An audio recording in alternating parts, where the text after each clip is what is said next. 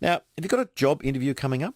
Perhaps one of your kids is hoping to crack one. Well, listen carefully to our next discussion, please, because we might give you some tips of how not to screw it up. You're wearing tuxedos to a job that requires you to clean bathrooms. Please leave this office. We're done with this interview. Do we get any sort of souvenir? Get out of my office! Let's hope it doesn't end that way. But the success of your interview could depend on what you do before you even get invited into the interview room. Alan Pease is the body language expert of Australia, and he's on the line now. G'day, Alan. Alan, how are you? Look, I'm glad you can't see me. I always get nervous when I'm looking at, when you guys are looking at me. Well, look, the worst advice you can give anybody on the job interview, and you hear this often, is, look, just be yourself. Yeah. And you think of all the people you know, if they went to a job interview, Alan, they just be themselves, what would happen to them? They wouldn't even crack an interview. Yes, well, that's exactly right. Yeah. Well, that's right. You're stage managing your own performance. You're on stage, and you're there to sell yourself. There's no doubt about that. You are selling yourself, but I am the person for this job.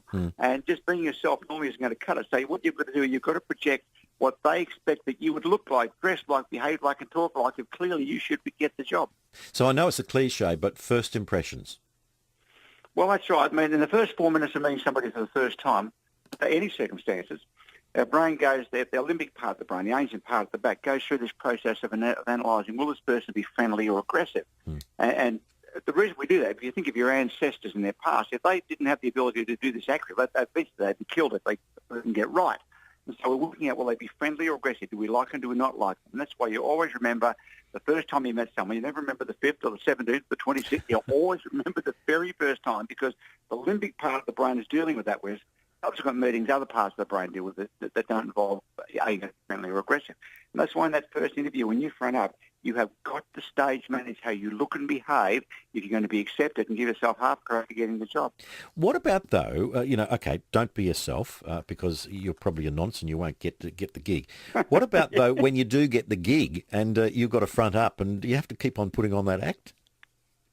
Well, that's an interesting question. It's a very good one too. But one of the things about getting any job is that if you act a part of any role for around 14 days, you then will become that role. So if, for example, you put on a police uniform or a police hat and walk around the street for the next 2 weeks, arresting people and giving them tickets, the next 2 weeks, you would be a full-on, very capable cop, because your brain actually starts to believe that you are the role. So one of the things about making it in any job is that, the old saying is that can you fake it till you make it? Yeah, yes, you can. If you decide you really want to have that role, you live that role, you act that role, you will become that, and people will accept you as that. Yeah, okay.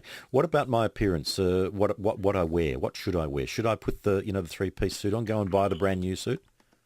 Well, it all depends on what the job involves. The simple formula is very straightforward here. And it's what we do with people that we dress for the movies, for television. The person you're going to see that you want to impress, that you want to get them to say, yes, you are the right person for this job. What does that person think you'd look like? How would you dress? How would you behave, in their opinion, if you're the right person? One of the ways of finding this out is pretty simple. Get the name of the person you're going to be interviewed by and go on LinkedIn, look them up and find out what they're like. If you suddenly you find, for example, that's a 55-year-old English male who came in. Oh, we lost Alan? I think we have. We'll get him back. What do you think? Is it making sense? Is it having any resonance with you? What Alan's saying? I think I don't know about the if the act will eventually lock in. Alan, you're back. Yes. Yeah. So don't know what happened there. I didn't get this job. Yeah. What about how do I get over nerves? You were saying actually do your research, which I think is a really, really great piece of advice. So find out who's going to be interviewing you and try to dress to suit that occasion. What about the nerves, though? Because some people just turn into fumbling idiots. Well, you're right, they do. And because you're on stage, there's no doubt about it. The thing is that if you're going to be nervous, that's a normal part. That's a normal thing. I'm not think it's just them, but it's most people. If you're going for, if you've got a once-up crack at something, you really want to get that job, you're going to be nervous. Now, the reason that you're nervous is because what we do in our mind, we practice in our mind things that we don't want to do. We see ourselves maybe fumbling our words or maybe dropping our materials or maybe we're not looking right. And if you keep practicing that in your mind, when you go in, your body will act out what it sees in the mind. So what you do is, this is a way of actually fooling yourself. And it is fooling yourself. works a treat, is that you stand outside beforehand and in your mind, just for 2 minutes. Oh, he's gone again. He's got a dodgy phone service, isn't he? We'll try to call him again. Alan, you're not paying your bills, mate. Have you been through an interview lately? 8223 Alan, he's back. I've got to pay this. I've got to pay the phone bill. You do. You. All right. So we're standing outside. We haven't been called into the interview room yet. What have I got to do? We do a couple of things. First, in your mind, practice seeing yourself walking in confidently, holding all information in your left hand, not your right hand, because most people are right-handed and we hold information in our right hand naturally, like we hold a drink in our right hand.